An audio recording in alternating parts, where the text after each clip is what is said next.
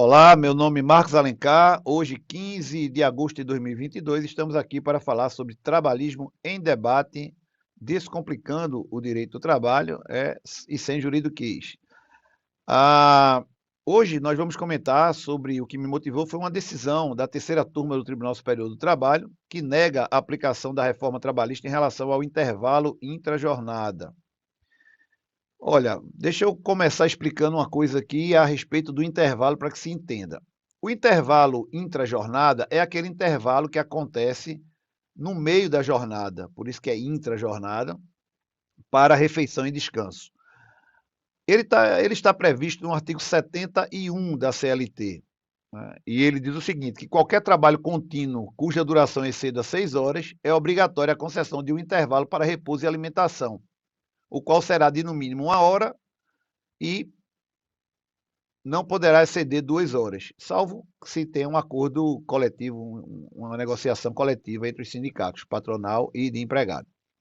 E aí, lá no parágrafo 4º, antes da reforma trabalhista, dizia o seguinte, que quando o intervalo para repouso e alimentação não fosse concedido pelo empregador, o empregador estava obrigado a remunerar o período completo.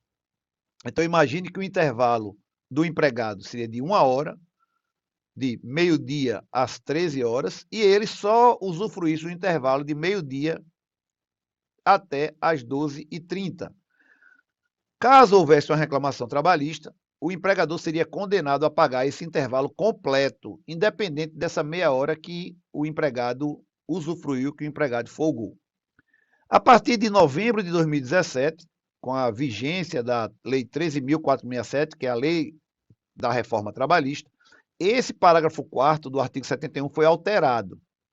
E ele passa a dizer o seguinte, a não concessão ou, o que mudou foi isso aqui, ou a concessão parcial do intervalo intrajornada mínimo para repouso e alimentação implica no pagamento de natureza indenizatória apenas do período suprimido. Então, seguindo esse mesmo exemplo, o intervalo de meio-dia às 13 horas só foi concedido até meio-dia e 30. O empregador, se o empregado acionasse ele na Justiça do Trabalho, seria devedor apenas desses 30 minutos que o empregado deixou de usufruir, e não do intervalo completo. E o que acontece?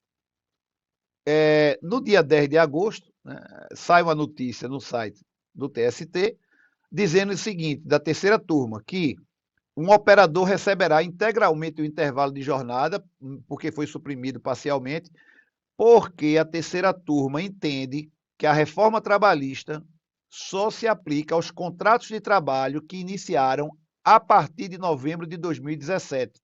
Antes disso, a lei antiga que se aplica porque existe um direito adquirido ao contrato de trabalho. Ora, isso é um absurdo, isso é um entendimento completamente equivocado, tá? Porque não existe direito adquirido em relação à norma legal. Eu, inclusive, fiz um comentário sobre isso no www Trabalhismo em Debate, no dia 8 de julho, que eu intitulei esse comentário, esse post, Turma do TST, já criticando outra decisão da terceira turma, cancela a reforma trabalhista. E aí eu explico o quanto errado está esse entendimento, trazendo uma decisão, inclusive, da sexta turma do Tribunal Regional do Trabalho da nona região, que diz o seguinte, as normas jurídicas não integram aos contratos de trabalho de forma permanente, posto que esses se referem a prestações de trato sucessivo, quer dizer, todo mês o contrato de trabalho vai se renovando. E se a lei mudar, a partir daquela data, o contrato de trabalho fica subordinado àquela lei. Nenhum contrato de trabalho está superior à lei. Então, o que eu percebo nessa decisão da terceira turma, com todo respeito aos ministros, não é que eles sejam, entre aspas, burros, que eles não saibam aplicar a legislação trabalhista, não é nada disso. O que existe, sim, aí na minha visão, na minha concepção aqui, no meu entendimento, é um despeito total, né? Um rancor contra a reforma trabalhista, porque entende que a reforma trabalhista não trouxe benefício para a classe trabalhadora, e aí passa a criar este, aspas de novo, jeitinho brasileiro para dizer que a reforma trabalhista não se aplica aos novos contratos de trabalho. Ora, imagine que toda vez que você criasse uma legislação no país, qualquer contrato só fosse se adaptar a essa legislação se ele fosse um contrato novo, a partir daquela data, daquela lei.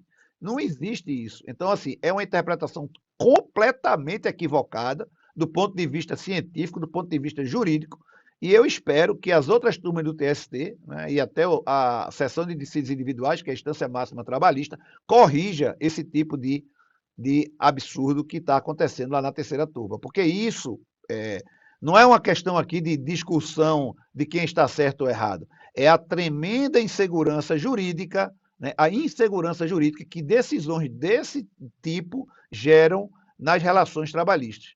Isso é, na minha concepção, um desserviço à nação. É um gravíssimo equívoco, porque gera não só essa insegurança, como poderá alguns empregadores, acreditando nisso, eu vou demitir todo mundo que tem contrato anterior a 2017 e só vou deixar quem tem contrato a partir de 2017. Ou seja, a pessoa pode até ser demitida por uma questão, por uma interpretação tão equivocada como esta. Ao que aparenta estar beneficiando a classe trabalhadora, mas na verdade não está beneficiando ninguém, porque não se pode julgar casos, né, de forma tão casuística. Fica aqui então essa nossa crítica. Eu vou tentar colocar aqui no nosso post os links não só dessa notícia, como também desse post que eu fiz lá em 8 de julho. É isso aí. Em breve a gente volta. Um grande abraço e tchau.